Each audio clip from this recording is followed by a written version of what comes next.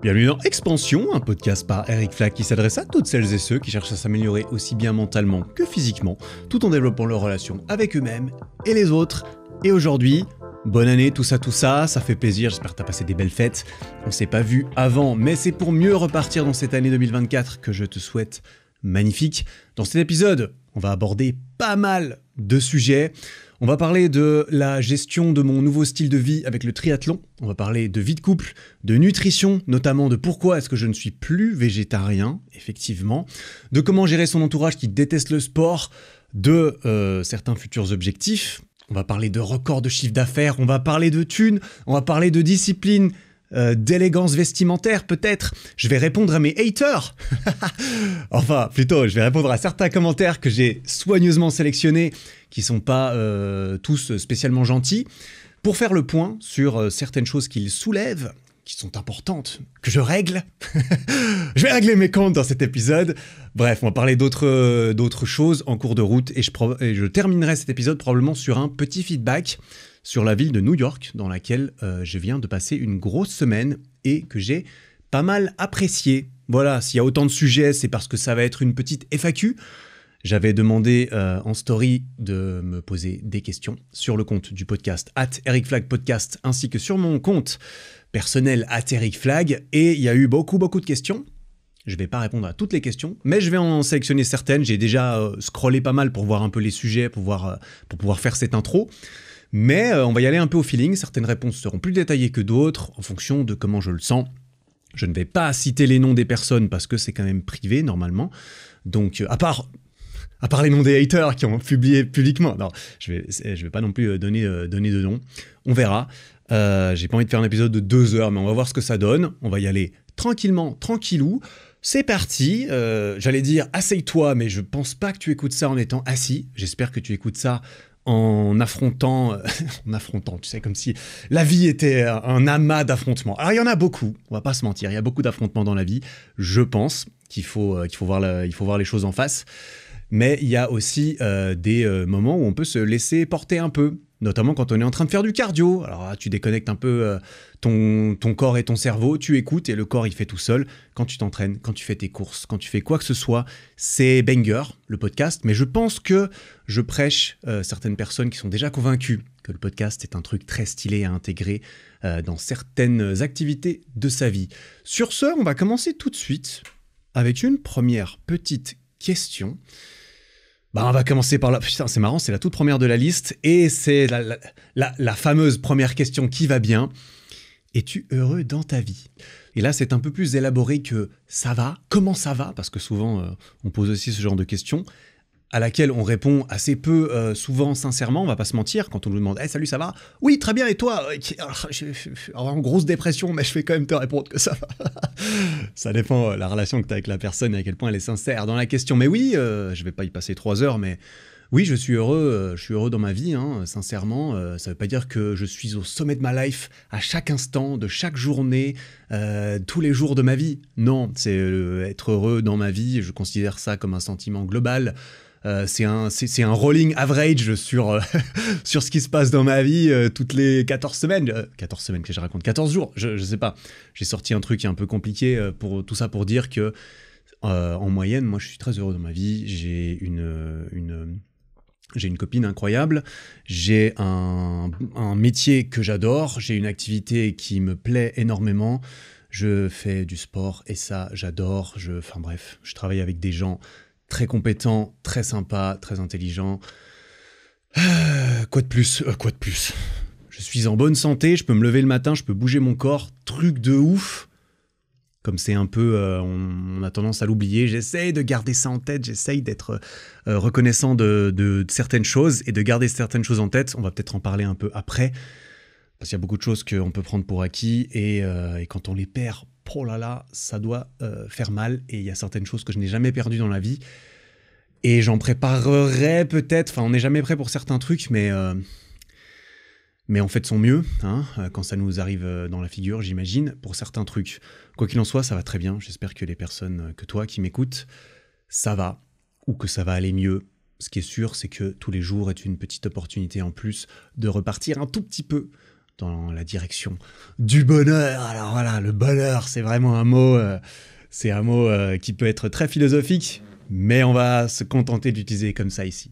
Prochaine question, là je vais un peu regrouper tout ce qui a été posé à propos de la gestion de mon nouveau style de vie, de mes entraînements, de ma préparation Ironman, du triathlon, etc. et de ce qui peut tourner un peu autour de ça. Il y en a une là. Est-ce que tu as adapté ta nutrition et tes horaires pour gérer les trainings entre Ironman et muscu ?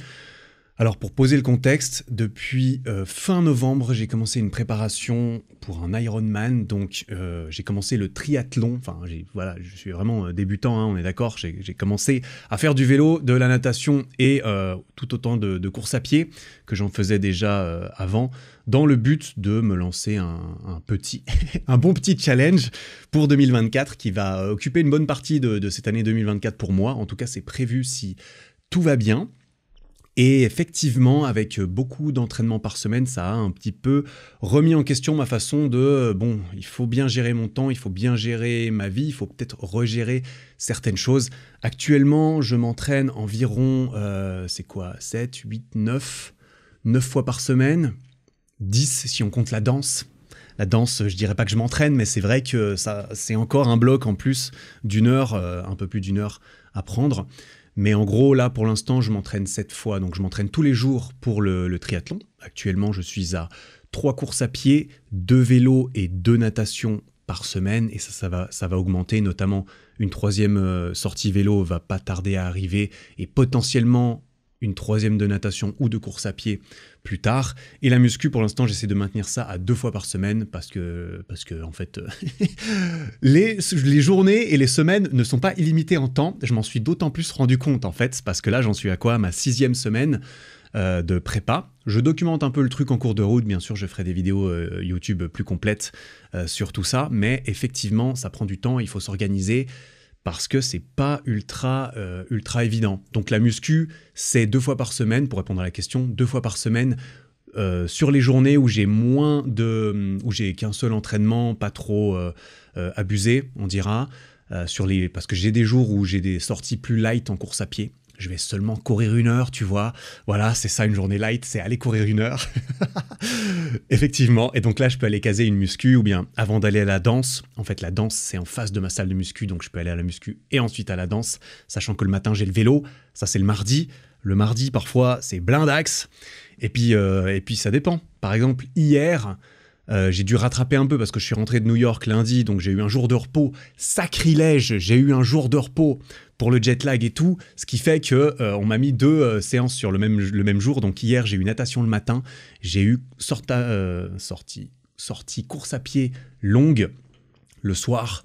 Et puis entre deux, il faut travailler, il faut faire des trucs. J'avais prévu de faire le podcast hier, j'ai pas réussi avec tout ça et un repas de famille le soir. Et donc je le fais le lendemain, c'est-à-dire aujourd'hui, après une séance de 2 heures de vélo. Voilà, donc on s'en rend compte et je m'en rendrai encore plus compte d'à quel point c'est chronophage. Je le savais, on m'avait prévenu. Donc oui, ça prend du temps, ça prend de l'énergie, ça demande de savoir aussi pourquoi tu fais ça, parce que ça prend du temps et de l'énergie, il faut que ça vaille la peine. Alors je sais pourquoi je fais ça, mais ça me force, et ça j'aime bien, je vais pas mentir, parce que c'est là où j'avais le plus de soucis dans ma vie. Alors, c'est un grand mot, hein, soucis dans ma vie, mais j'ai toujours eu du mal un peu avec mon rythme de vie, notamment mes heures de coucher et de réveil. Ça a toujours été un peu chaotique, notamment ces dernières années. Souvent, je me couche tard, je me lève tard, je me couche plus tard que j'aimerais, sachant que je sais que je serai jamais le genre de mec à me lever à 5h du mat, parce que c'est pas moi, j'aime penser que ce n'est génétiquement pas moi non plus. Mais j'ai pas envie de me lever à 10-11 heures non plus, et surtout si c'est pour me coucher tard et que les 2 dernières heures avant de dormir soient complètement vides de sens ou d'intérêt. Je peux plus me permettre ça aujourd'hui, là où je pouvais avant d'avoir à m'entraîner autant toutes les semaines, tout en essayant de maintenir ce qui m'intéresse dans le reste de ma vie. Donc ça demande une organisation assez nouvelle, qui devient d'autant plus stricte là. Alors déjà, au mois de décembre, ça l'était. Mais là, à l'aube de la nouvelle année, à l'aube des nouvelles bonnes résolutions, des objectifs, des intentions, des visions, des envies, tous ces beaux noms, eh bien, c'est d'autant plus approprié. Donc là, je veux clairement d'autant plus ancrer le fait que j'aimerais me lever à 9h du mat au plus tard. Et je sais que j'ai besoin de beaucoup dormir, j'ai besoin d'autant plus de dormir en ce moment. Et parfois, je dois mix-match un petit peu le truc. Mais donc, j'essaie de me coucher vers minuit, entre minuit et 1h. J'aimerais bien être endormi avant minuit bientôt et me lever plus tôt le matin. Il y a d'autres questions à ce propos, donc je vais enchaîner. Typiquement, voilà, on m'a demandé aussi comment j'ai adapté ma nutrition. J'ai aussi reçu une question qui relève de « Est-ce que tu continues le jeûne intermittent maintenant que tu t'entraînes encore plus, etc. » Alors non, effectivement, j'ai décidé d'arrêter le côté très textuel, c'est-à-dire textbook du jeûne intermittent. Qui était en fait, moi ça fait des années, hein, j'ai calculé, ça fait 9 ans là je crois, en décembre ça faisait 9 ans, ou 9 ou 10 ans, je me souviens plus, que je pratique le jeûne intermittent, ce qui est une phrase élaborée pour dire que quand je me lève, je ne mange pas tout de suite, je mange plus tard, j'ai toujours repoussé, enfin ça fait 10 ans presque du coup, que j'ai repoussé mon petit déjeuner, ou que j'ai sauté le petit déjeuner on dira, et que j'ai repoussé mon premier repas à entre 3 et 6 heures après mon réveil. Parce que je trouvais ça beaucoup plus pratique. Alors là, c'est une petite, un petit intermède à propos du jeûne intermittent, mais je pose les bases, parce que c'est un concept que j'aime profondément, hein, comme tu le sais, j'en ai déjà parlé dans certaines anciennes vidéos, mais si je fais ça depuis 9 ans, c'est pas parce que je l'ai pas remis en question, c'est parce que ça m'a changé la vie.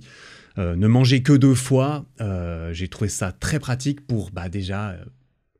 passer moins de temps à manger, passer moins de temps à cuisiner, passer moins de temps à préparer, passer moins de temps à digérer ce qui peut t'embrouillarder le cerveau, notamment dans la matinée, etc. Enfin, la matinée, c'est relatif à quand tu te lèves, mais notamment dans les premières heures après t'être réveillé, c'est là où tu es le plus éveillé, concentré.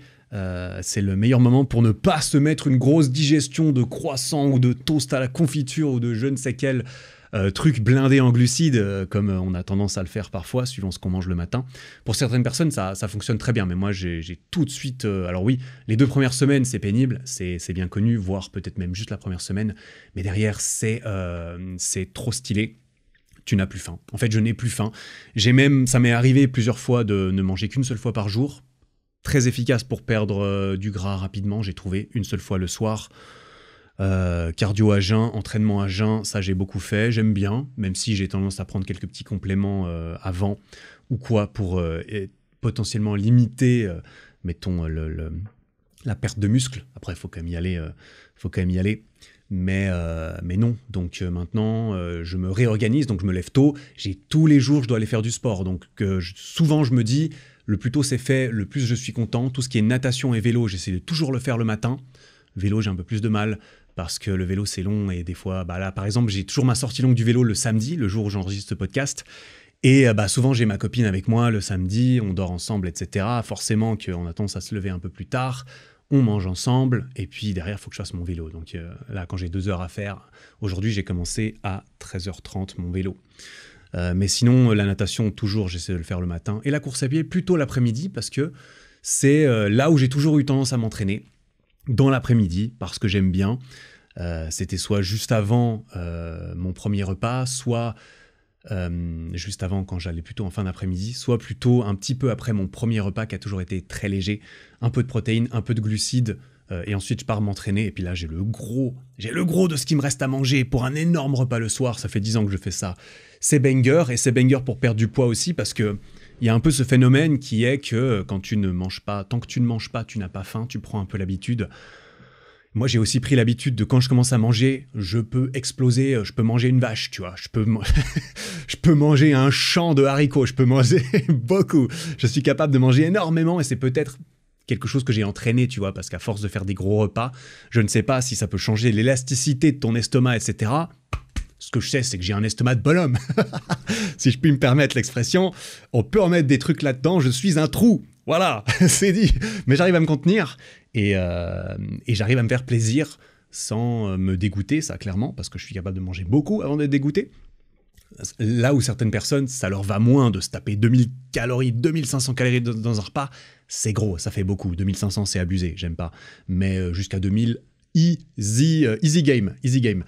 Donc je mange le matin maintenant, avant d'aller m'entraîner. Souvent, quand j'ai une petite sortie, genre natation, c'est pas ultra physique, c'est surtout technique et je galère, ou course à pied, ou même vélo, ça dépend, les sorties, je me fais quelque chose de light parce que je ne veux surtout pas m'entraîner avec trop dans l'estomac, j'aime pas du tout ça. Donc des biscottes, du miel, des fois des œufs, mais quelque chose d'assez light. Et puis j'ai toujours beaucoup de nutrition, enfin de nutrition pas tant, mais d'hydratation bien sûr, je bois dès le réveil, je bois. Et puis ensuite quand je m'entraîne, je prends des électrolytes aussi, donc notamment du sel, parce qu'à force de transpirer c'est très important. Et je prends des gels aussi pendant mes courses, ou des boissons, soit des électrolytes, soit des gels de glucides, voire de protéines pendant que je m'entraîne. Je me fais des shakers à chaque fois quand j'ai terminé, protéines, tout ça. Et je me fais des gros repas. Mais je mange, tu vois, je ne suis pas ultra à cheval sur la nutrition. Parce que là, quand même, tu vois, avec tout ce sport, plus le fait, à côté, je suis pas complètement en train de rien faire non plus, même si c'est vrai que je passe pas mal de temps devant l'ordi, parce que c'est une bonne partie de mon travail.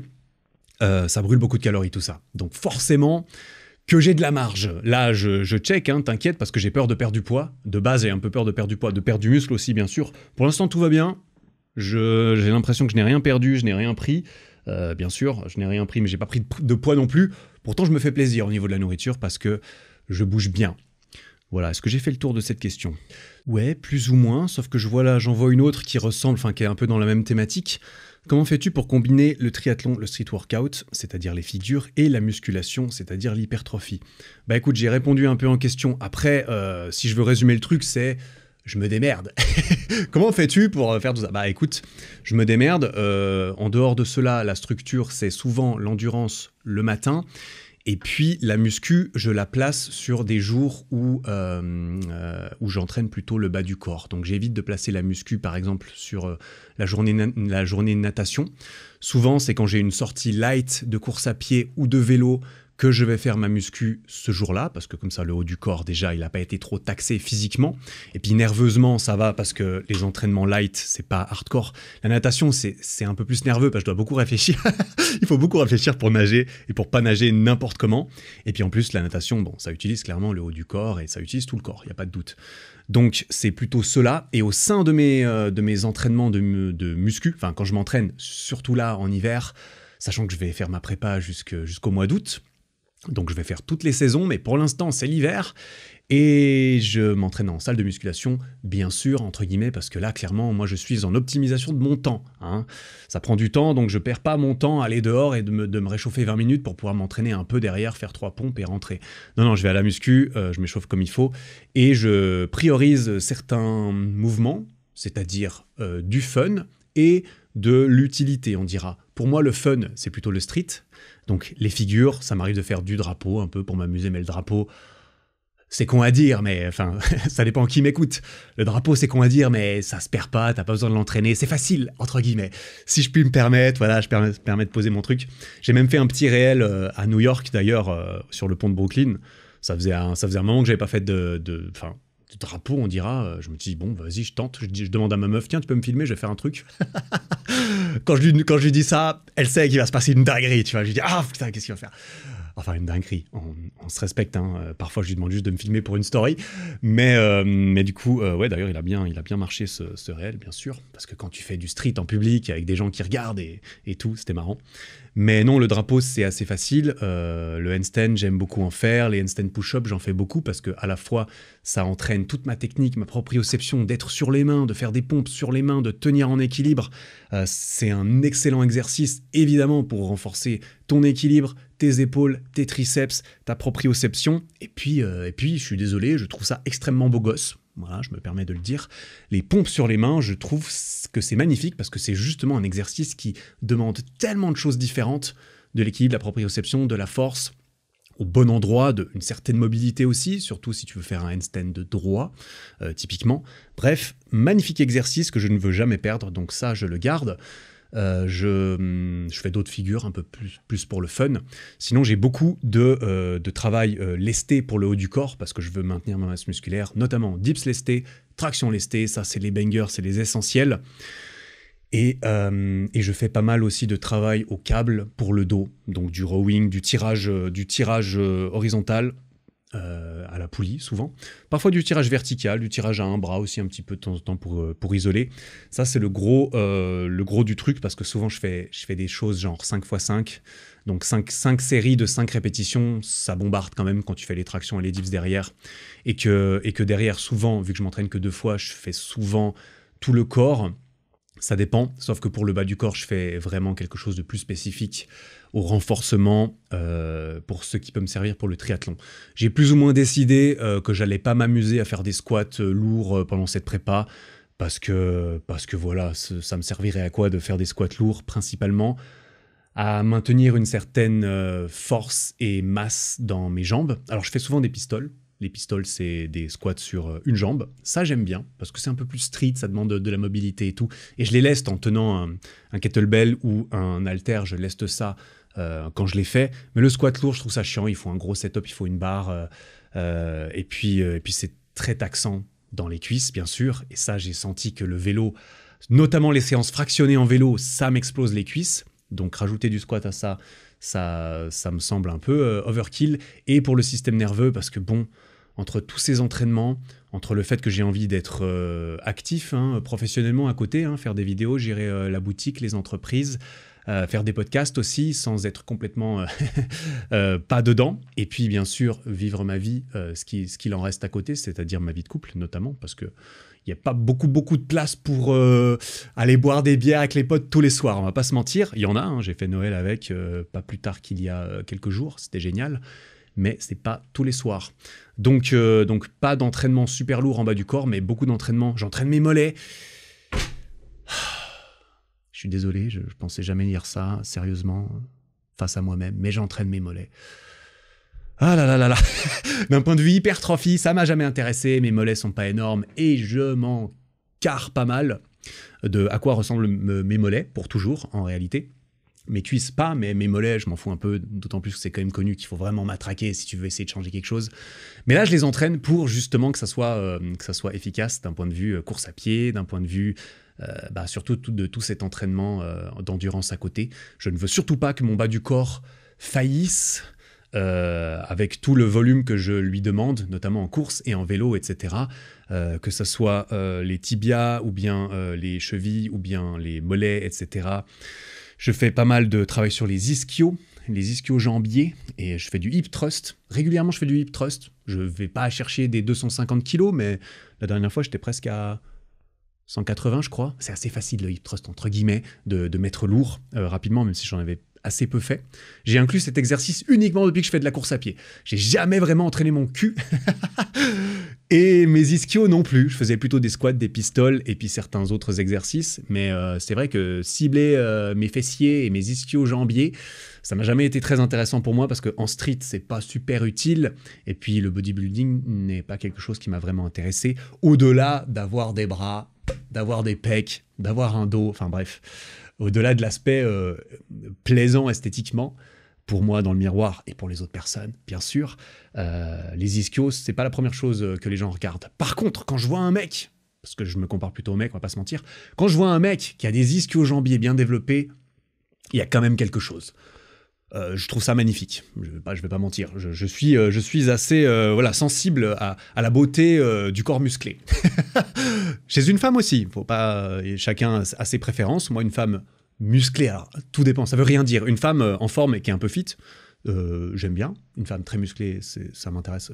Je trouve ça moins attirant physiquement en ce qui me concerne, mais j'aime bien les muscles quand même. Un peu, peut-être plus que la moyenne, on dira. Grosse surprise du jour. Oui, je sais, ça, c'est choquant, on s'y attendait pas. Mais voilà, les avant-bras aussi, j'adore. J'adore les avant-bras chez les hommes, du coup. Des beaux avant-bras développés, je trouve que c'est le muscle, c'est la partie du corps la plus esthétique quand elle est développée, je trouve. Et j'ai de la chance qu'avec tous les exercices de street que je fais, les avant-bras sont très développés, très utilisés en street. Dès que tu fais des exercices avec les mains au sol de pousser, que ça soit des planches, des handstands ou même des pompes, les avant-bras sont particulièrement recrutés. Et je fais d'autres trucs pour mes tibias, trucs que j'aurais jamais fait, des suspensions aux tibias. Tu sais, quand tu te suspends à une barre en gardant la barre au-dessus du pied. Tu vois le truc? C'est assez stylé ça. Je fais ça contre les espaliers. J'arrive en plus. Je pensais pas que j'arrivais, mais en fait j'arrive. Et c'est important d'entraîner les tibias, etc., pour éviter les périostites et ce genre de saleté qu'on ne veut pas. Donc j'ai eu un mini aperçu quand j'ai fait 70 km dans une semaine de ma prépa marathon. À la fin, je commençais à avoir un peu mal au tibia. C'est là que j'ai senti que j'ai un peu abusé, mais en même temps, c'était à la toute fin de ma prépa et j'avais dû repousser une sortie longue à la semaine d'après. Enfin bref, tout un bordel. Et c'est là que je me suis dit, bon, je suis content que ça continue pas à bombarder autant, parce que là, je sens que j'en demandais beaucoup à mon corps. J'ai très bien récupéré, j'ai plus jamais eu aucune douleur une fois que j'ai repris le truc. Enfin, c'était vraiment à la toute fin. Avant le marathon, pendant le marathon, j'ai eu aucune douleur, c'était génial. Mais je sais qu'il faut faire attention, et plus je me renforce, mieux c'est. Donc voilà quelques petits conseils, on dira, d'exercices ou de choses à faire. Ce que je fais pas mal, c'est du reverse treadmill, et comment ça s'appelle, du sled à l'envers. Typiquement, marcher à l'envers sur un tapis roulant qui est éteint, ça permet d'entraîner en fait la marche à l'envers et ça entraîne un peu le mouvement inverse de la marche. Ça entraîne le fait de tendre la jambe quelque part et c'est un mouvement qui est particulièrement sympa. J'ai cru comprendre et ça fait un moment que je l'utilise maintenant, plusieurs mois. Que j'aime beaucoup. Et quand je peux, je fais du sled, donc une espèce de luge, tu sais, en salle, ils en ont parfois, et puis tu peux accrocher un TRX ou un câble, et puis tu la tires, en fait, et tu recules, et en plus d'être un exercice visuellement sympa, c'est sympa de voir quelqu'un tirer un truc lourd, ou bien pousser des trucs lourds, enfin bref, ce sentiment primitif que j'adore, que j'aime beaucoup, et je pense que beaucoup de gens adorent, soulever des trucs lourds à la salle, c'est stylé, je trouve ça stylé, et en plus là, c'est très bon. Autre chose, c'est des box step down. Tu te mets sur une box, tu descends à moitié. Bref, pas mal d'exercices. J'en ferai une vidéo un peu plus détaillée où j'en parlerai plus dans une vidéo YouTube à l'avenir, je pense. Mais là, il y a quand même un petit peu de matière pour ceux que ça intéresse. Et je sais que c'est des questions qu'on m'a beaucoup demandé, notamment des gens qui font de la course à pied, etc., etc. Donc on est pas mal. Je me suis un peu étalé sur ces questions, mais ça permet de poser un peu le truc. Quelques petites questions d'entraînement un peu plus rapides, histoire de continuer / boucler un peu là-dessus. Laquelle des trois disciplines est-ce que je préfère en triathlon? Clairement, la course à pied. Pour l'instant, je me vois sacrément continuer à préférer la course à pied parce que c'est un peu mon premier amour de l'endurance. Ça pourrait changer. Redemande-moi dans 6 mois, peut-être que ça changera. Pour l'instant, il n'y a pas de nouveauté à ce niveau-là. Penses-tu que tu pourrais tomber amoureux du triathlon et faire de la compète? Au jour d'aujourd'hui, quelqu'un m'a déjà fait remarquer que ce n'est pas une bonne expression française, je suis désolé. À ce jour, c'est sûrement mieux, à ce jour, je ne pense pas. Je ne pense pas. Après, c'est beaucoup trop prématuré, je pense. Une fois que j'aurai 6 mois de triathlon dans les jambes et dans le corps et dans la tête, là, je pense que je pourrais me faire un meilleur avis. 6 mois plus une petite première compétition, parce que je ne vais pas faire juste le full Ironman. Je vais au moins faire un semi-Ironman, mais peut-être faire un plus petit triathlon avant le semi-Ironman. Le semi, il arriverait plutôt dans le printemps. Et d'ici là, c'est possible que j'en fasse un autre, un plus petit. Si je vois quelque chose qui est organisé pas trop loin de chez moi, j'irai bien pour voir l'expérience. Pour moi, je peux pas choisir, je peux pas savoir si je suis tombé amoureux du truc avant d'avoir vraiment essayé. Tu vois, en étant honnête avec moi-même, je sais que je n'ai pas assez d'expérience. Clairement, aujourd'hui, pour me dire, tiens, est-ce que tu te projettes vraiment? J'ai bien commencé, je sais ce que j'en pense aujourd'hui, j'aime bien, mais je sais que j'ai encore beaucoup à apprendre et que quand on apprend et qu'on devient meilleur, par exemple en natation, je sais que j'ai beaucoup plus de chances d'apprécier quand... C'est difficile d'aimer quelque chose et d'aimer faire régulièrement quelque chose pour lequel tu n'es pas doué ou tu ne te sens pas doué. C'est beaucoup plus dur, je pense. Donc, un moyen d'apprécier quelque chose, c'est d'apprendre à devenir fort dans cette chose, ou meilleur. Ce sentiment d'amélioration, ou ce sentiment d'être fort après force, c'est souvent subjectif, c'est fort par rapport à qui. Ça peut être une motivation aussi, bien sûr. Il faut aller chercher suffisamment là-dedans, un peu, pour s'aider à aimer quelque chose, pour vraiment se demander, ok, maintenant que je gère un minimum, est-ce que ça me plaît? On verra, pour l'instant, je sais que ça ne me déplaît pas, mais de là à dire j'en suis amoureux, certainement pas, certainement pas. Et c'est ça qui est beau. Putain, si on commençait tous des trucs, c'était facile. Je viens de commencer un nouveau plan de remise en forme, début 2024, pour perdre mes kilos en trop. Je suis déjà amoureux du processus. Non, ça se saurait, si ça marchait comme ça se saurait. Ça se saurait. Les nouvelles résolutions ne seraient pas quelque chose qui existe, parce qu'on les aurait tous fait une ou deux fois, on les aurait tous... terminé, puis on serait là, bon, ça sert à rien, parce que de toute façon, j'y arrive, donc je vais commencer ça n'importe quand, et puis ça va bien se passer. Donc voilà. Il y avait autre chose encore. Ouais, c'est ça, c'était envisages-tu dans le futur de te lancer sur de plus longues distances à pied? Et il y avait aussi d'autres questions sur quels sont tes futurs objectifs sportifs, futurs objectifs 2024, blablablou. Enfin, voilà, il y a même quelqu'un qui m'a écrit blablabla. C'est pas vrai. Quels sont mes objectifs? Alors j'en avais déjà parlé, je vais pas trop en parler parce qu'en fait, je n'aime pas trop, hein, j'avoue, et pourtant c'est une tendance qui est assez naturelle, manifestement, quand je vois aussi les questions que je reçois. J'ai pas trop envie de... J'ai un putain d'Ironman à faire dans 8 mois. C'est dans longtemps, ça va me demander des heures et des heures et des heures d'entraînement. Je ne veux absolument pas me dire « Bon, Eric, qu'est-ce que tu feras après ?» Mais putain, il y a 8 mois de taf à faire pour valider ce que je me suis déjà dit que j'allais faire. Je vais pas programmer toute ma vie aujourd'hui en me disant « Bon, je vais faire ça, ensuite ça, ensuite ça. » J'aurais tendance à penser que quand on fait ça, c'est qu'on est... Ouais, il faudrait bien se demander pourquoi est-ce que je le fais. Alors oui, si c'est des étapes intermédiaires pour atteindre un objectif ultime de, je ne sais pas, grimper l'Everest, c'est quand même un truc chaud, même si apparemment ça se fait. Ça peut se faire, bien sûr, mais ça se fait pas du jour au lendemain. Il y a pas mal de petits milestones intermédiaires à atteindre. Mais pour répondre rapidement, à ce jour, clairement, je pense, sauf si je tombais amoureux du triathlon, que j'aimerais revenir en course à pied pour des nouveaux objectifs dans cette discipline en termes d'endurance plus tard. Mais là, entre guillemets, j'en ai rien à faire de ça parce que c'est clairement pas au goût du jour. Et en ce qui concerne certains objectifs plus précis, peut-être que je ferai un prochain épisode solo. J'ai des épisodes en duo qui vont arriver, mais un prochain épisode solo sur le bilan de 2023, sur mes objectifs qui étaient publics, et ce que j'ai prévu peut-être un peu pour 2024. Ça peut être sympa, mais dans ce cas, j'en ferai peut-être plus tard un épisode, parce que là, je vois que ça va déjà durer un peu ici. On va changer un peu de thématique. Question sur le couple, ou alors juste avant la question sur le couple, je vais parler de mon végétarisme, de mon non-végétarisme qui a été majoritaire dans cette année 2023. Voilà, c'est quelque chose que j'ai reçu dans la FAQ, et puis je reçois ça en réponse à mes stories de temps en temps, notamment à New York, parce que j'ai mangé de la viande, et j'ai montré ça en story, même si je ne me suis jamais caché à remanger de la viande depuis un certain temps maintenant. Alors on va répondre à ça, c'est vrai que c'est sympa de pouvoir aborder ça ici. J'ai pas besoin ni envie d'en faire un épisode entier. Concrètement, j'ai pas 15 milliards de trucs à dire dessus. Mais suis-je toujours végétarien? Non. Après 4 ans et demi, j'ai arrêté en mai 2023. Donc ça commence à dater. Hein. Ça commence à dater, et j'en avais déjà parlé depuis longtemps, pour le coup. Enfin, je m'en étais pas particulièrement caché, on dira. Mais j'attendais aussi d'avoir un retour d'expérience personnelle sur le après, avant de me formuler une opinion personnelle et de peut-être la partager ensuite. Donc je crois que j'y suis arrivé, mais j'ai pas des masses de trucs à dire. Sincèrement, je vais faire une toute petite rétrospective. C'était quoi? C'était 2018, sauf erreur, fin 2018. J'ai fait une vidéo où j'ai été 30 jours végétalien.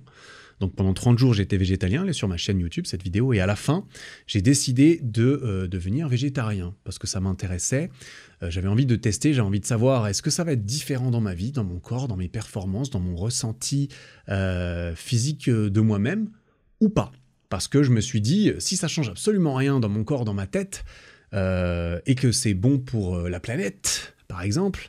Notamment, c'était une de mes motivations quand même, de manger moins de viande. Et donc là, je me suis dit, tant qu'à faire, on va plus en manger.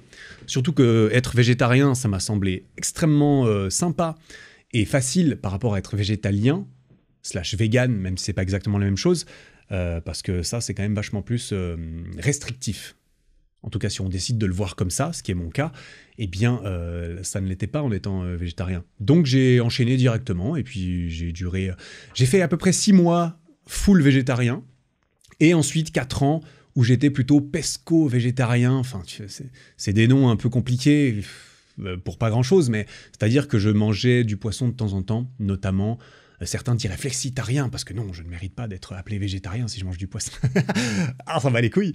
Je mangeais du poisson régulièrement quand j'étais au restaurant ou dans des occasions sociales. Quand j'étais invité chez mes parents, je leur disais, vous pouvez faire du poisson ou quoi, comme ça on peut quand même manger quelque chose, parce que personne n'est végétarien dans ma famille, etc. Dans mes amis, quelques-uns dans mes amis, ça l'était.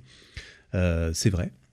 Mais sinon, c'est tout. Et la dernière année, pour faire le topo complet, cette dernière année, dès mi-2022, j'ai commencé à acheter du poisson de temps en temps, notamment du saumon.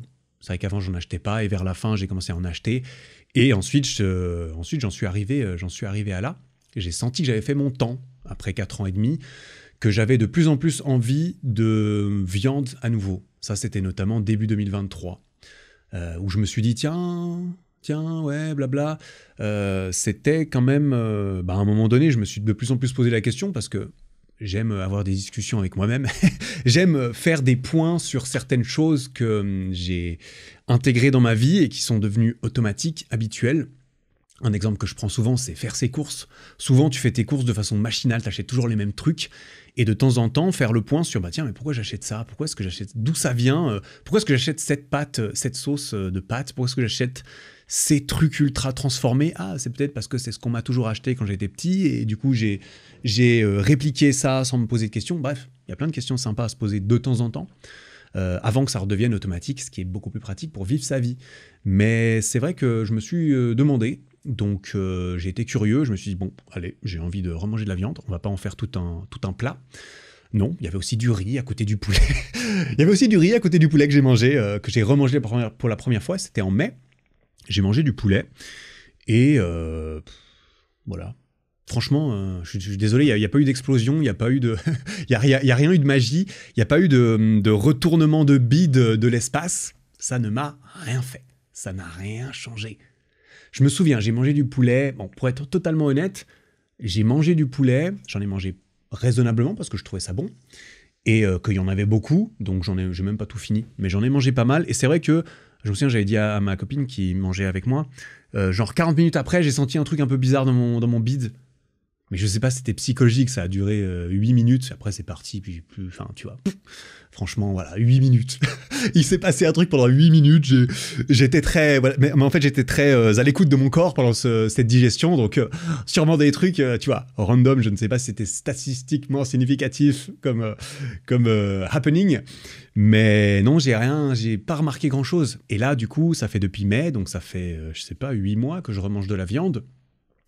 Je n'ai pas remarqué de différence. Dans mon quotidien, dans mon corps, dans mon sport. Je n'ai pas vu de différence, que je mange de la viande ou pas. Sachant que je n'ai pas fait n'importe quoi. Quand je mangeais pas de viande, je mangeais suffisamment de protéines. J'avais quand même une alimentation variée. Je pense que je n'ai jamais manqué de grand-chose, aussi par ma complémentation, bien sûr. Mais en termes de macronutriments ou micronutriments, que ce soit des vitamines, des minéraux ou des protéines, typiquement, parce que c'est souvent ça qu'on a tendance à disqualifier un peu comme étant en manque dans une alimentation végétarienne.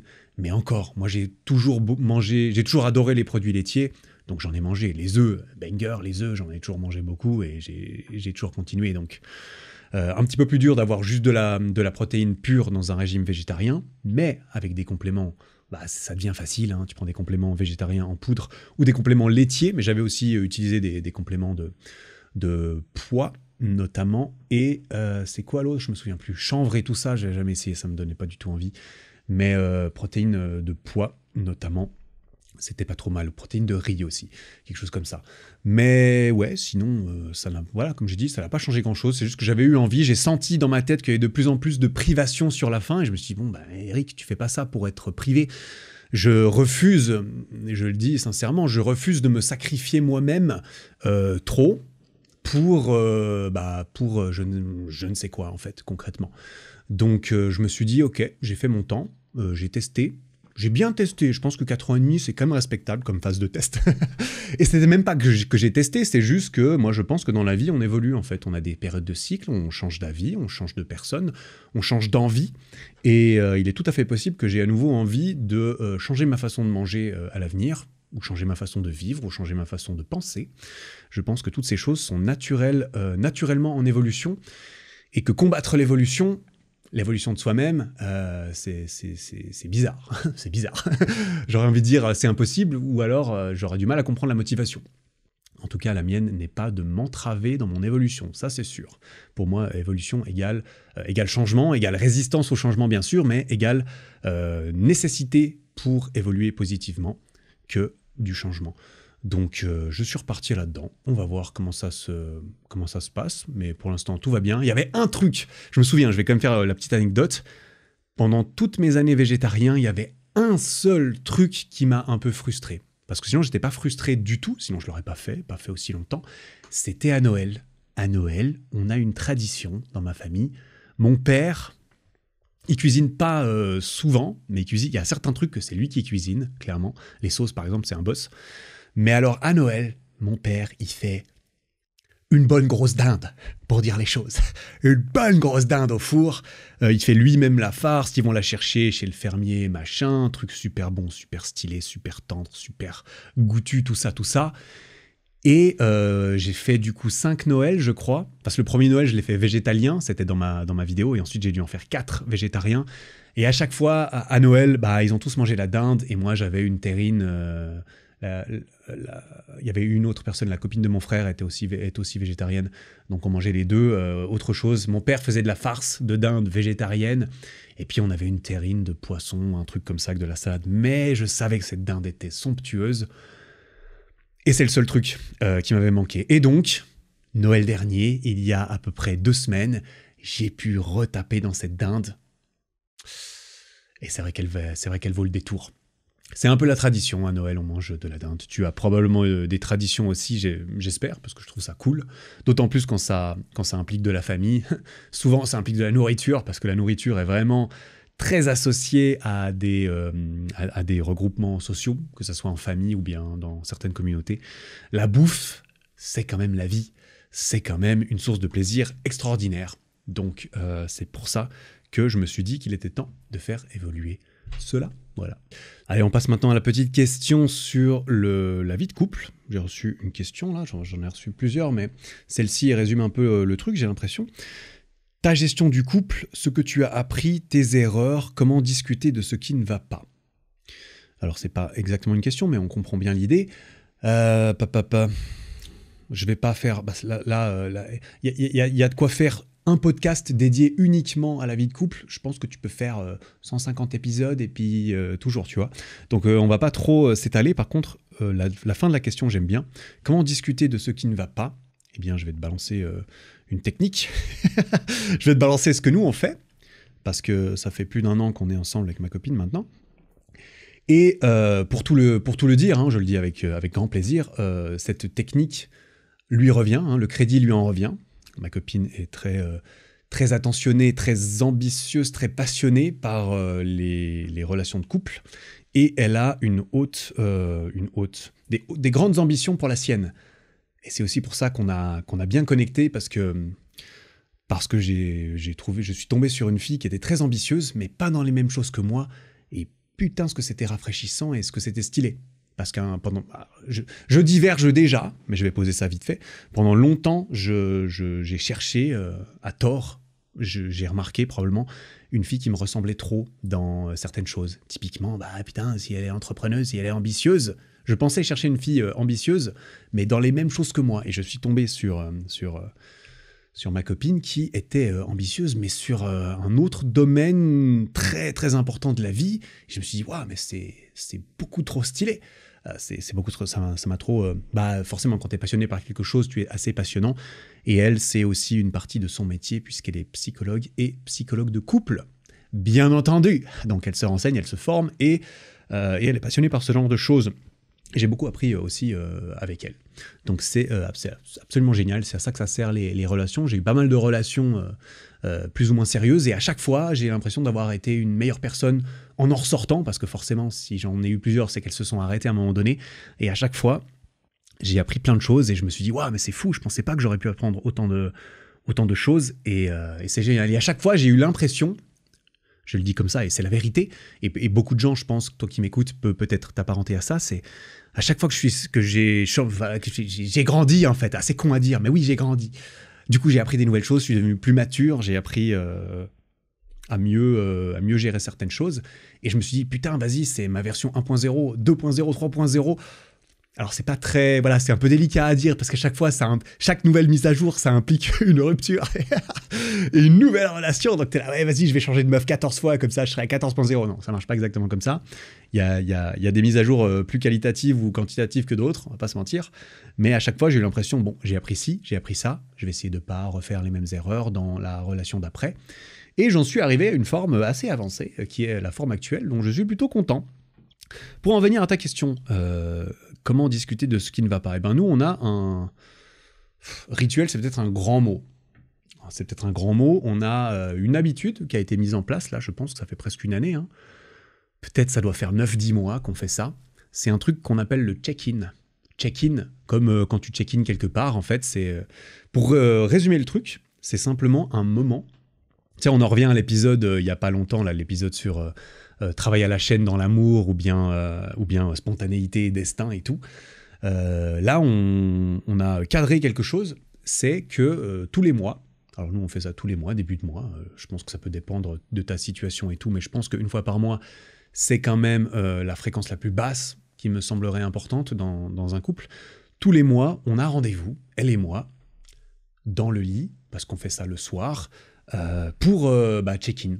Check-in, ça veut dire c'est le moment où on dit « Ah bah oui, c'est l'heure du check-in, tout ça, tout ça ». Pourquoi ? Parce qu'on s'est dit c'est le premier jour du mois, le premier soir du mois qu'on est ensemble, tu vois, un truc simple, hein, on va pas mettre ça dans nos agendas non plus, tu vois.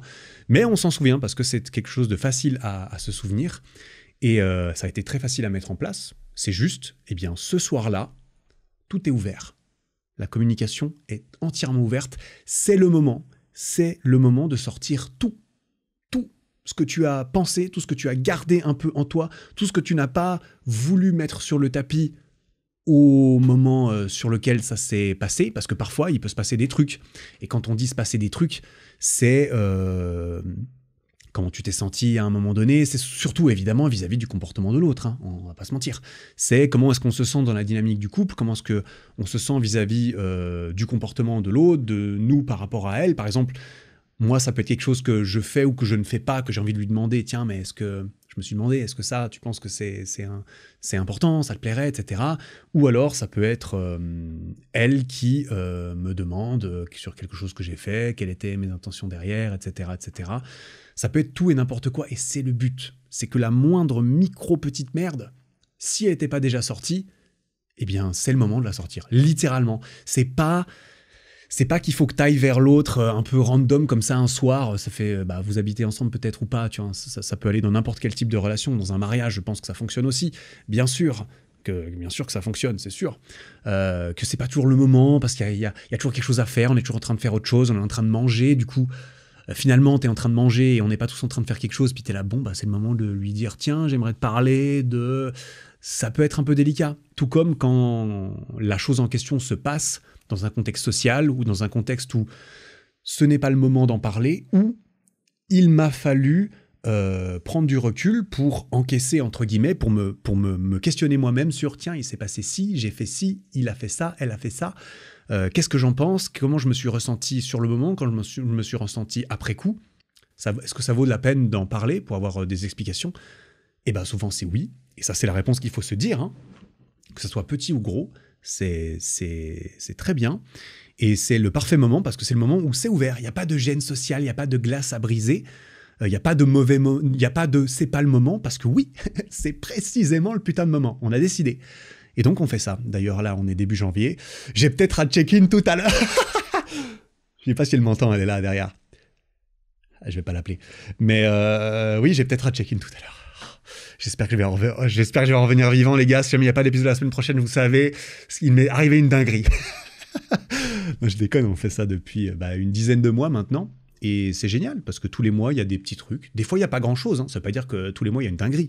Non, c'est juste que c'est le moment de sortir la chose, sans aucun jugement. Pourquoi ? Parce qu'on est là, on est en couple, on essaye de créer une relation stylée qui est basée sur la confiance, sur l'amour, sur l'ouverture, sur le fait que on ne se cache pas de trucs, sur le fait qu'on communique beaucoup. Voilà, tout simplement.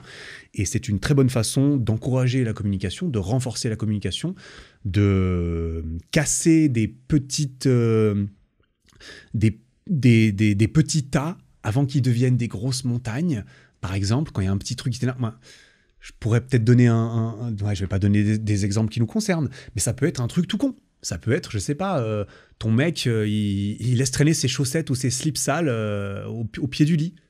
Et tu peux prendre sur toi toute ta vie et ramasser ses caleçons, ou bien tu peux simplement lui dire, bon bah écoute, il y a ça, c'est un peu con, mais moi je pense, et je suis pas le seul à mon avis, on pense en tout cas, que c'est le genre de choses que bah, ça sert à rien de laisser traîner, parce qu'aujourd'hui c'est rien, mais dans 30 ans, qu'est-ce que ça va être? Et quand tu cherches à créer une relation stylée, en ce qui me concerne, en ce qui nous concerne, on vise pas sur du 6 mois, hein. On vise sur une relation stylée, on veut quelque chose qui perdure, parce qu'on est très heureux tous les deux, on veut que ça dure, et du coup c'est important de garder une communication ouverte régulièrement, et ça c'est un moyen de le faire, que je ne pourrais que recommander. Tu m'écoutes là, que tu sois un mec, une fille, peu importe, hein, ta relation, ça s'applique à tout le monde et toutes les relations. Ça peut même être pour l'amitié. Si tu as une relation un peu conflictuelle parfois avec certains potes, tu as une relation où parfois vous vous reprochez des trucs après coup, ça peut être quelque chose à mettre en place. Tu vas parler à cette personne, ton mec, ta meuf, ton pote. Tu lui dis, vas-y, j'ai entendu parler d'un truc. Alors après, il faut lui présenter le check-in, tu comprends? C'est un influenceur dans un podcast. C'est du développement personnel. Je sais pas pourquoi j'ai pris cette voix. Il faut pas lui parler comme ça, tu lui parles sérieusement, bien sûr. Mais c'est un très bon concept. Tu peux appeler ça autrement, hein, bien sûr, si tu veux un petit... Ouais, on appelle ça le check-in. C'est quelque chose que ma copine m'a proposé, m'a présenté. Voilà, un jour aussi, hein, ça m'est arrivé aussi. Comme je l'ai dit, le crédit lui en revient. Je trouve ça génial. Donc, je suis très content de partager la good vibes. Et je pense que ça peut t'aider de présenter ça et d'instaurer un petit peu ça. Ça peut être hebdomadaire, bien sûr. Ça peut être... Je pense que si c'est un couple où il y a beaucoup de conflits, où il y a des problèmes de communication depuis longtemps, c'est sûrement bien d'accélérer la fréquence, pas que ça soit tous les mois. Tu vois ce que je veux dire, tout dépend un petit peu le truc. Mais ça, pour en revenir à ta question, c'est comment discuter de ce qui ne va pas. Eh bien, ouvrir un portail, une safe zone, voilà, vraiment le mot, la safe zone régulière dans laquelle eh bien, on aborde ce qui ne va pas.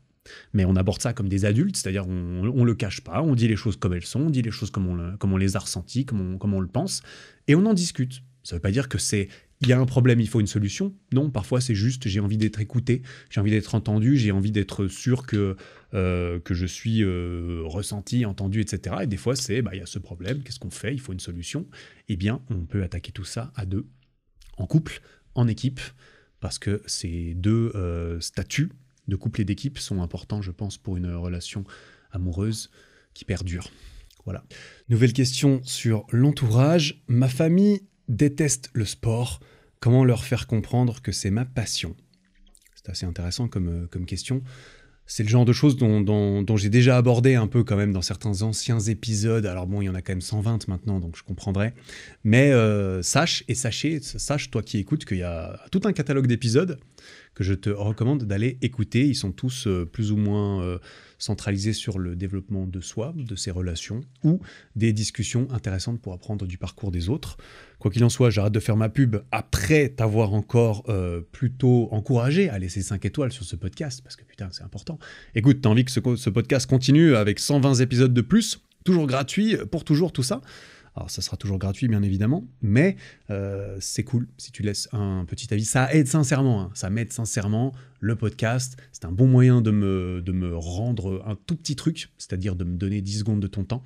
C'est très apprécié, j'apprécie beaucoup si tu mets 5 étoiles sur Spotify, ou un avis sincère, bien sûr, et sur Apple Podcast, et pourquoi pas t'abonner à la chaîne YouTube, parce qu'un jour, peut-être qu'on aura 100 000 abonnés sur cette chaîne YouTube, et ça pourrait être sympa. J'aurai un deuxième trophée, voilà. Aide-moi un peu dans mon ego, là, il me faut plus d'abonnés, putain, vas-y, j'en ai plein le cul, là, ça me saoule, j'ai pas assez d'abonnés. Alors, ma famille déteste le sport. Comment faire comprendre que c'est ma passion? Comment lui faire comprendre? Moi, je pense que pour faire comprendre quelque chose aux gens, ou pour convaincre les gens de certaines choses, les actions, ça marche souvent mieux que les belles paroles. J'aurais envie de dire, montre-le déjà donne l'exemple, montre que tu fais du sport et que en fait c'est juste génial pour toi, que c'est bon pour toi, que ça te fait plaisir, que tu te sens bien dans ton corps, que tu te sens bien dans ta tête quand tu le fais. Ça peut être le montrer indirectement, ça peut être le dire, mais ça peut simplement se voir. Si t'es vraiment heureux quand tu fais du sport et quand tu reviens, j'aurais du mal. Enfin, tu vois, Déjà, famille qui déteste le sport, j'ai un peu du mal à comprendre. J'ai du mal à comprendre. C'est quoi l'idée? C'est que personne n'est sportif et du coup, c'est quoi la vibe? C'est que nous, on n'est pas sportifs. Du coup, quand on voit l'un des nôtres faire quelque chose qui n'est pas dans nos vibes ou dans nos valeurs, on regarde ça d'un drôle d'œil, ou est-ce que c'est parce qu'ils ont l'impression que t'es accro à la musculation, tu sais, comme dans ces reportages, « Ah, il est accro, ces nouveaux Adonis passent leur temps à la salle de musculation. » Ces reportages cringe au possible. D'ailleurs, je suis passé dans un de ces reportages une fois, j'avais fait une vidéo YouTube dessus. Alors, cringe, ça dépend, mais c'est vrai qu'il y a quelques trucs cringe dans ce reportage-là aussi, notamment quand tu fais l'amalgame entre créatine et stéroïdes. Bon, tu m'étonnes qu'il y a des parents qui détestent le sport et la musculation, typiquement, quand les journalistes leur disent que la créatine en poudre qu'ils ont dans leur chambre, c'est du produit dopant acheté au noir sur Internet. Non mais alors là, on est toujours en 1990 ou bien, comment ça se passe? Bref, montre-leur, ou alors discute avec eux, sincèrement. Moi, j'aime penser, normalement, hein, après c'est pas toujours le cas, malheureusement, mais j'aime penser que la plupart du temps, ta famille ou tes parents, ils veulent ton vrai bien, ils veulent vraiment ton bien. Parfois, c'est pas le cas, mais ça sera plus souvent pas le cas pour des gens qui ne sont pas ta famille, qui voudront soi-disant ton bien, mais en fait, ils préféreraient te voir échouer, ils préféreraient ne pas te voir faire ce que eux ne veulent pas ou ce que eux ont abandonné. En fait, quand certaines personnes ont abandonné leurs rêves, ça leur fait mal de voir d'autres personnes les poursuivre, ça leur fait encore plus mal de voir d'autres personnes réussir. J'espère sincèrement que c'est pas le cas de tes proches et de ta famille, parce que ça, malheureusement, c'est pas un adjectif que j'aime beaucoup, mais ça, c'est un peu toxique quand même, on va pas se mentir, d'avoir des gens comme ça dans son entourage. Après, c'est pas parce que cette personne est contre l'idée que tu fasses du sport que c'est une personne toxique, qu'il faut t'isoler, qu'il faut mettre ta capuche et aller tout seul à la muscu tout le temps. Non, jamais je te dirais, vas-y, vire tout le monde dans ton entourage, c'est tous des cons, ils ont rien compris, vas-y, tu mérites mieux qu'eux. Non, ça, c'est des techniques sectaires, en fait. Quand t'es un gourou et que tu veux juste garder les gens dans tes dogmes et ta petite secte, bah, c'est ça que tu fais, tu les isoles et tout. D'ailleurs, on a regardé un peu un truc comme ça sur Netflix, qui était assez flagrant, un petit documentaire et tout, c'était sympa, entre guillemets. D'ailleurs, ça parlait de youtubeurs et c'est un truc sur Twin Flame Universe, là, je sais plus exactement, mais c'est sacrément tordu et le mec là-dedans est un sacré psychopathe. Mais pour en revenir à ça, discute-en avec eux. Parle-en en tant qu'adulte. Je ne sais pas quel âge tu as, je ne sais pas le niveau de maturité qu'il y a de part et d'autre. Mais normalement, d'adulte à adulte, vous pouvez parler, tu peux leur parler sérieusement, leur dire, bah voilà, pourquoi est-ce que je fais ci, voilà comment je me sens, voilà d'où je tiens un petit peu mon envie, mes sources, mes inspirations, qu'est-ce que ça m'apporte dans ma vie, du bonheur, de la confiance en moi, je me dépasse, je transpire, ça me fait vraiment du bien à la fin d'une journée, ça me défoule. J'ai du mal, hein, moi j'ai du mal à voir si c'est bien présenté, comme cela peut-être, mais après je suis très influencé par mon éducation à moi, bien sûr. Mais j'aurais du mal à voir comment la communication ne serait pas ouverte, et que le parent ou le proche en face, il explose tout, il dit « Ah non, tu dis... Enfin, » il peut pas te dire que c'est faux. C'est comment tu te ressens. Il n'a pas le droit de te dire que c'est faux comment tu te ressens, tu vois. Donc j'aurais envie de dire, il veut ton bien, et je l'espère, hein. Là je pars du principe, hein, bien sûr, et tu lui présentes ça, tu lui montres que tu sais ce que tu fais, parce que ça c'est important aussi, hein, pour les parents qui ont peur pour toi. Oh non, mon fils fait trop de musculation, il va se doper, il va finir par... il veut ressembler à Sam Sulek sur YouTube, mais Sam Sulek, lui, il prend beaucoup de créatine, donc forcément... Est-ce que j'ai envie que mon fils devienne comme Sam Sulek? Je ne sais pas. J'ai pas trop regardé les vidéos de Sam Sulek, mais la vibe est sympa. Après, c'est vrai que le mec, quand même, il prend plus que de la protéine, donc... Bon, je ne sais pas à quel point il est ouvert à ce propos, ce n'est pas la question, mais ça peut faire peur aux parents. S'ils ont l'impression que mon enfant se fait influencer négativement par X ou Y pratique, groupe, influenceur, youtubeur, je ne sais quoi, ou bien pote, hein, bien sûr, groupe de potes, c'est la base de l'influence, c'est les gens physiquement autour de toi, de base. Donc présente-leur ça comme ça, et puis à un moment donné, si ça marche pas, je suis désolé, mais le sport c'est quand même un truc, bon, c'est difficile de contre-argumenter le fait que c'est bon pour les gens, dans une certaine mesure bien sûr. Donc à un moment donné, j'ai envie de dire, mais bon, bah les couilles, hein. Si ta famille ne fait pas de sport, que personne ne voit l'intérêt pour eux, grand bien leur en face. Il faut pas que tout le monde fasse des trucs qu'ils n'ont pas envie de faire, même si c'est entre guillemets bon pour eux. Essayer de forcer les gens à faire des trucs bons pour eux, ça marche pas quand tu le fais directement. C'est pour ça que je suis plus en mode, bah montre montre l'exemple, fais du sport, sois bien dans ta tête, sois bien dans ton corps, rayonne autour de toi comme quoi t'es quelqu'un de bien dans sa tête, de bien dans ses bottes, que t'es heureux, que tu te sens bien, t'as une bonne image de toi, et que peut-être c'est associé aux actions que tu fais, c'est associé aux gens que tu fréquentes, bien sûr. C'est associé à plein de choses, et les gens pourront faire le rapprochement de, en fait, si je reprends un peu ma fierté de côté, et que je me dis, ça me dérangerait pas de me sentir bien aussi, etc., peut-être que faire du sport comme il ou elle, comme lui ou elle, ça pourrait m'apporter quelque chose. Voilà, je vais m'arrêter là, j'espère que ça pourra t'aider, et j'espère que cette discussion, s'il n'a pas déjà eu lieu, sera fructueuse. Et une fois que cette discussion aura eu lieu et qu'ils seront totalement convaincus, eh bien, comme énormément d'autres personnes, peut-être qu'ils t'offriront des équipements de la boutique Eric Flag à Noël. Ça a été incroyable, tout ce qui a été commandé sur la fin d'année dernière. J'ai reçu beaucoup de stories, de témoignages comme quoi c'était sous le sapin. Bref, ça m'étonne pas, les meilleurs équipements du game pour t'entraîner sont disponibles sur ericflag.com pour faire du sport. Voilà. Est-ce que je dois encore vanter les bienfaits du sport pour tout ce que ça peut t'apporter ? Je vais m'abstenir parce que c'est juste absolument incroyable ce que ça m'a apporté à moi et à des millions d'autres personnes, sans aucun doute. Et pour te renforcer, il y a beaucoup de choses sur ericflag.com. Il y a aussi des programmes pour perdre du poids ou pour apprendre le street workout. Discipline absolument géniale pour apprendre à tenir sur les mains, apprendre à faire des handstand push-ups que j'ai mentionné avant. Il y a un tuto complet là-dedans qui est totalement intégré à un programme de 5 mois. Dans mon programme Street Workout Evolution, tu vas apprendre à faire le drapeau, à faire le handstand, à faire des pompes sur les mains. Tu vas apprendre. Il va pas simplement falloir lire le tuto et regarder les vidéos. Je suis désolé, il va falloir faire des efforts, pas mal d'efforts, beaucoup d'efforts. Ça peut dépendre d'où tu pars, mais c'est tout à fait accessible pour n'importe qui. Même si, bien sûr, ce sera plus dur en fonction de ta morphologie ou même de ta biologie. En fonction de ce que tu vises, bien sûr, comme niveau. Mais on peut tous tenir en équilibre sur les mains, on peut même tous faire des drapeaux. Beaucoup de femmes arrivent à faire des drapeaux complets, même si, on va pas se mentir, c'est moins courant, mais c'est juste incroyable comme sentiment de juste apprendre, de se dépasser, de faire des efforts, et quand on est bien accompagné, que ce soit avec son matériel ou ses programmes, ça peut aider. Donc voilà, ericflag.com si jamais ça t'intéresse. On est à 4,8 étoiles sur 5 sur Trustpilot, 1500 avis. Je crois que c'est assez unanime. Et d'ailleurs, là, le 8, c'est quoi ? Le 8 janvier, un nouveau produit sort sur la boutique. C'est notre tout nouveau Power Bench, notre tout nouveau banc de musculation multi-usage qui va être très très utile, qui est très utile. J'en ai un depuis un moment, moi. Très utile pour entraîner le bas du corps, notamment, typiquement, on peut faire des Nordic Curls facilement dessus, on peut faire des Dragon Flag dessus, qui sont des exercices très pénibles à faire en termes de setup. Et bien ce banc a été spécialement conçu pour faire ceci, ainsi que plein d'autres exercices comme des hip thrusts, comme des split squats.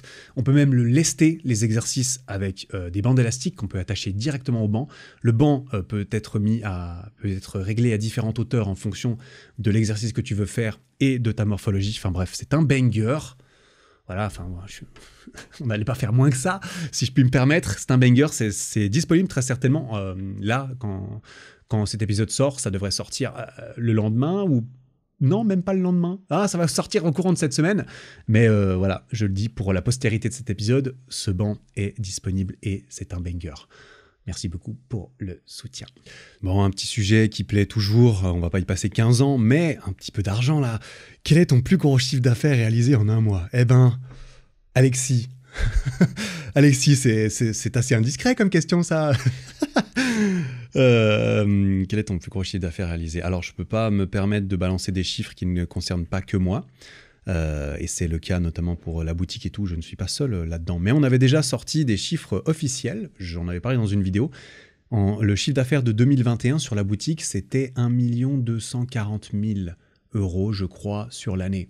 Donc là, tu peux te dire déjà, ça fait un peu plus de 100 000 € par mois de chiffre d'affaires, sachant bien entendu que c'est toujours plus à la fin de l'année que dans certains mois qui sont un peu plus morts, comme par exemple février, c'est pas vraiment le meilleur mois.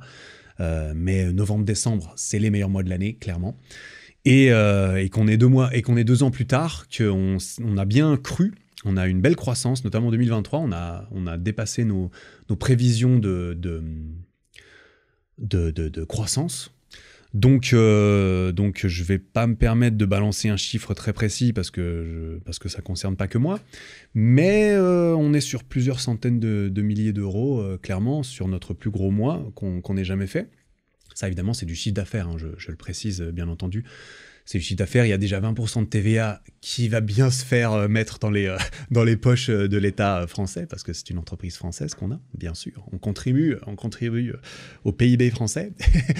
Et derrière, il y a évidemment tout le reste. Tu connais, je vais pas te faire encore le disclaimer de non, je ne gagne pas beaucoup d'argent, car il y a beaucoup de taxes et d'impôts. Alors oui, c'est vrai, il y a beaucoup de taxes et d'impôts, mais ça va, on s'en sort bien, il n'y a pas de doute.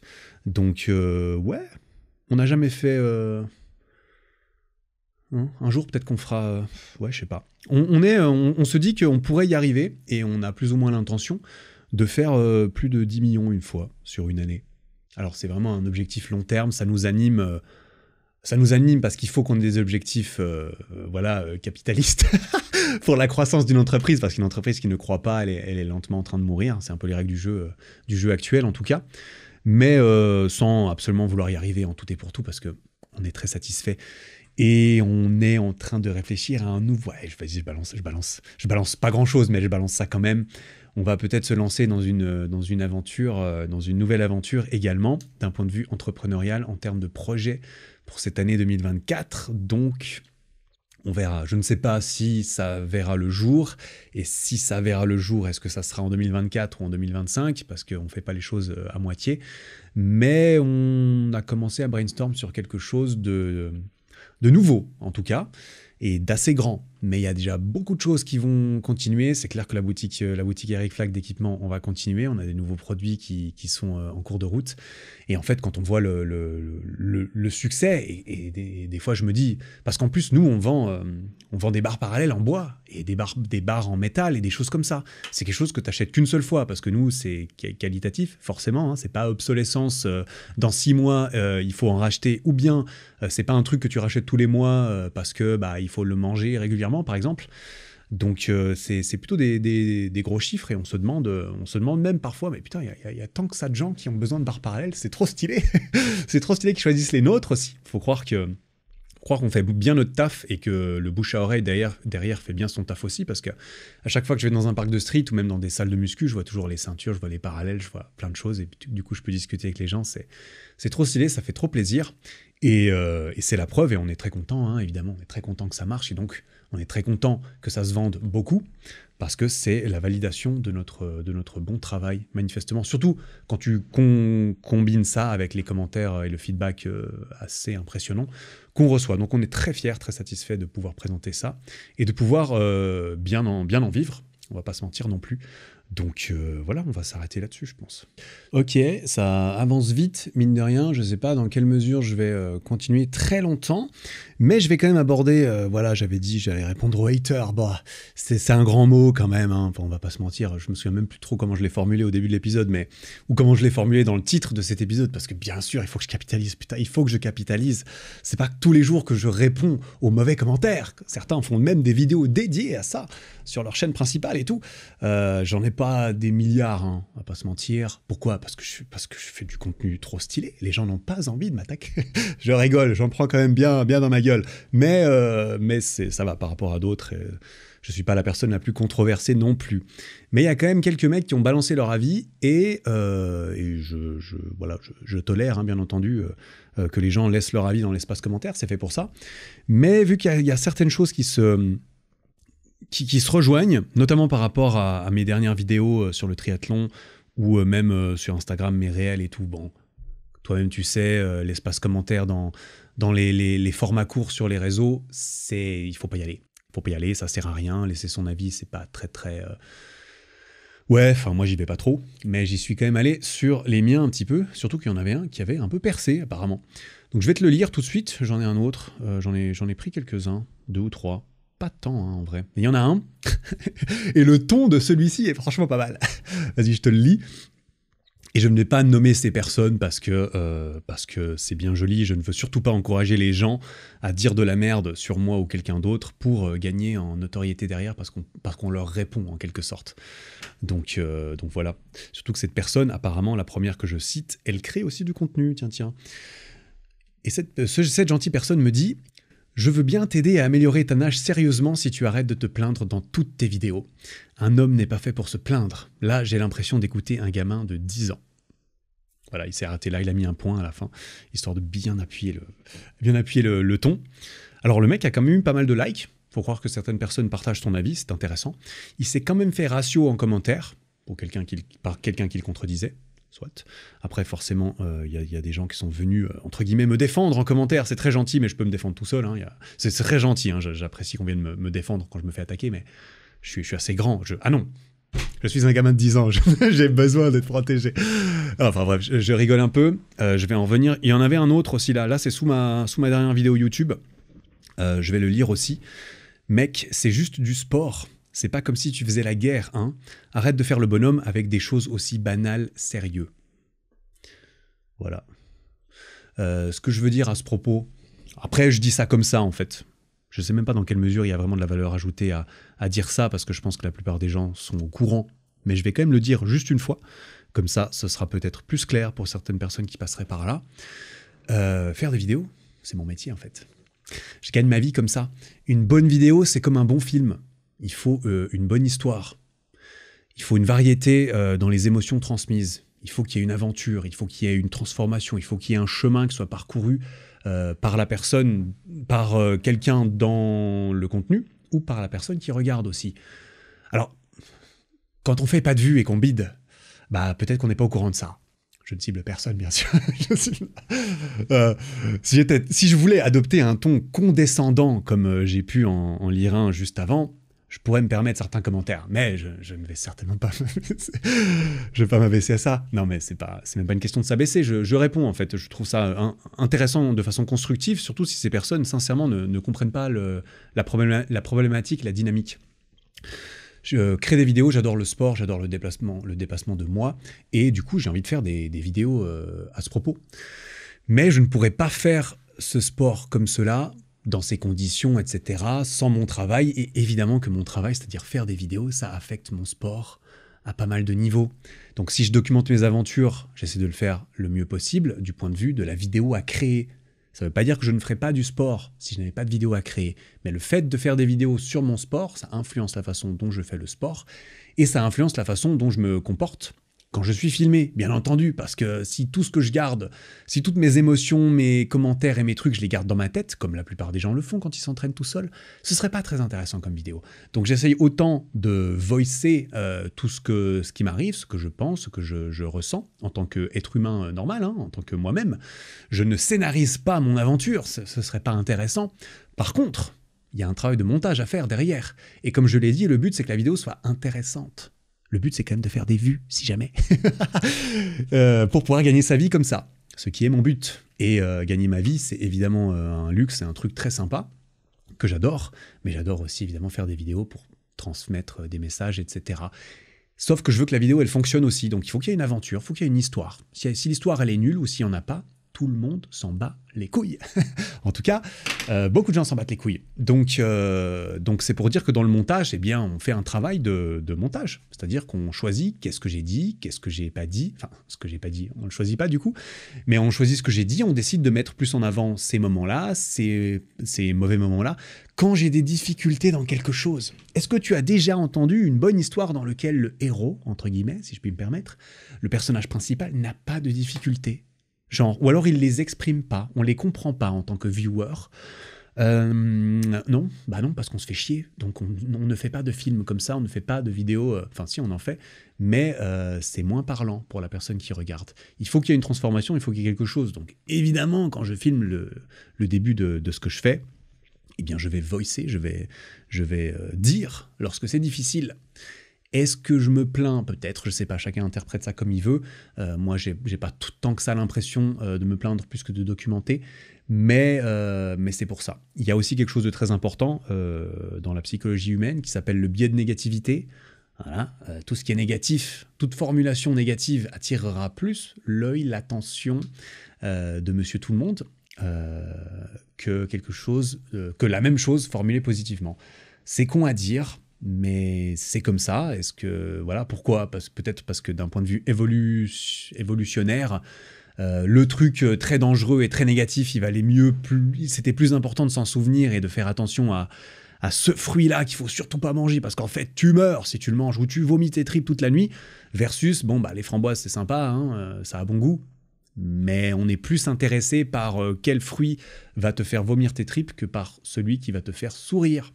Donc je ne sais pas si c'est je sais pas si c'est la bonne étymologie, la bonne origine de tout ça, mais ça rentre évidemment en compte. Enfin bref, je vais pas faire une leçon de storytelling ou de création de contenu ici, c'est pas vraiment la place.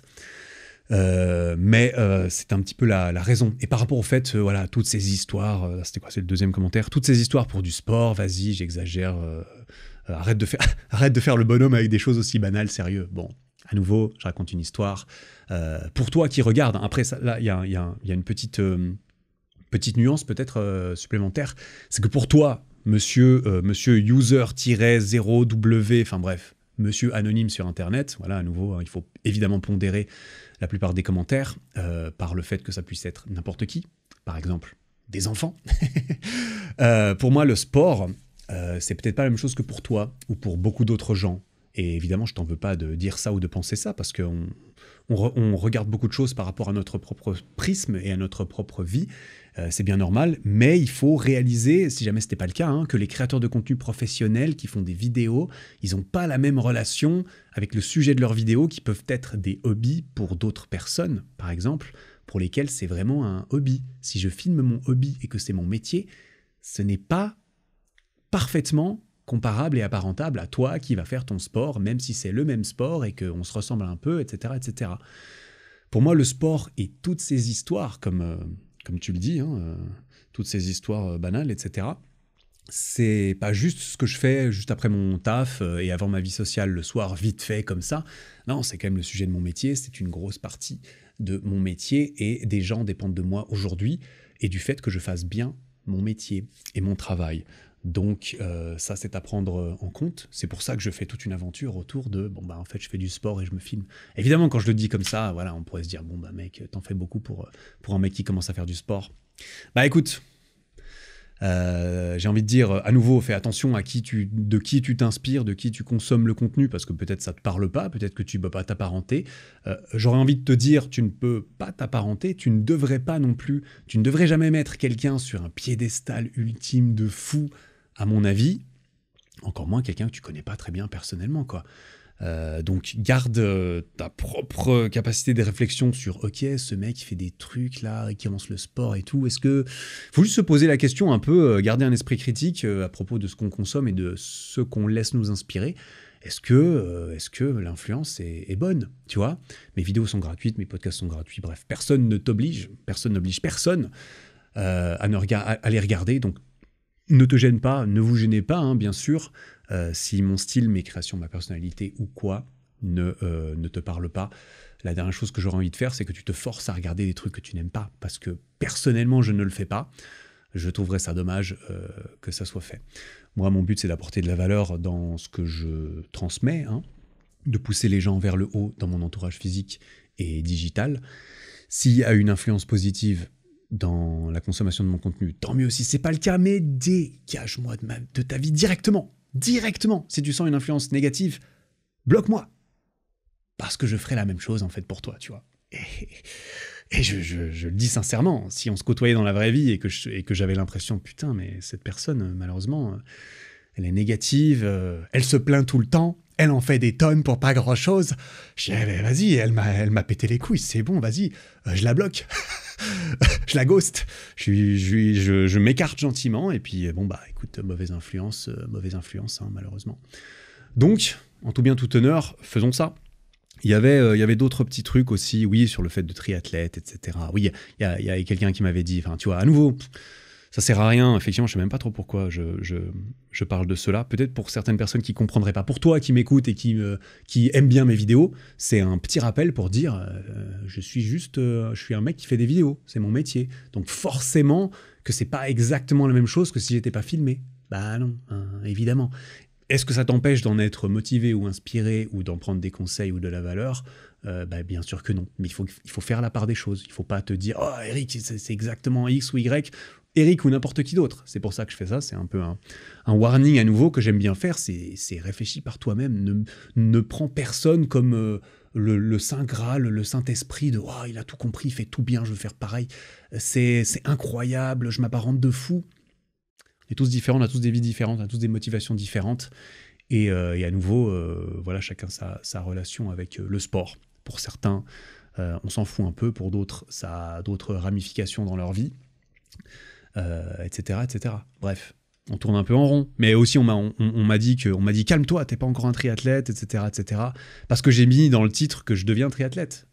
Et le mec me dit, bon, il faut 5 ans de pratique pour bien se débrouiller, t'emballes pas, t'es pas encore triathlète. Ah non, mais je mets ça parce que c'est un putain de titre de vidéo YouTube.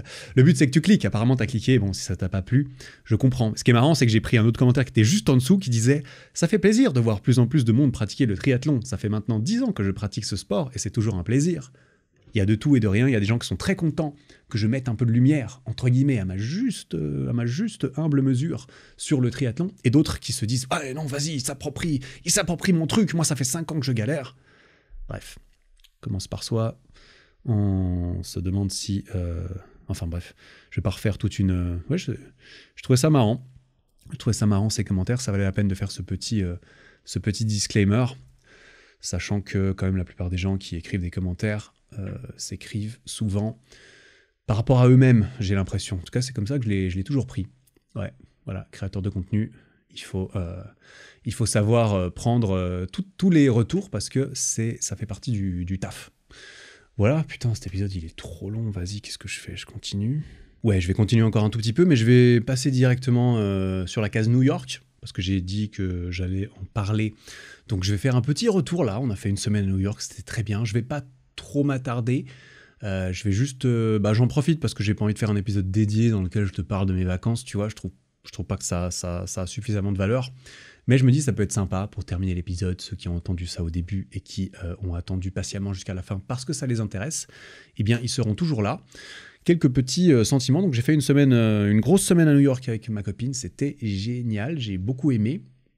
Ça veut pas dire que j'aurais envie d'habiter à New York, mais à visiter, j'ai trouvé ça très bien pour certaines raisons que je vais t'expliquer, notamment par rapport à la ville de New York, bien évidemment. C'est là où je vais m'arrêter.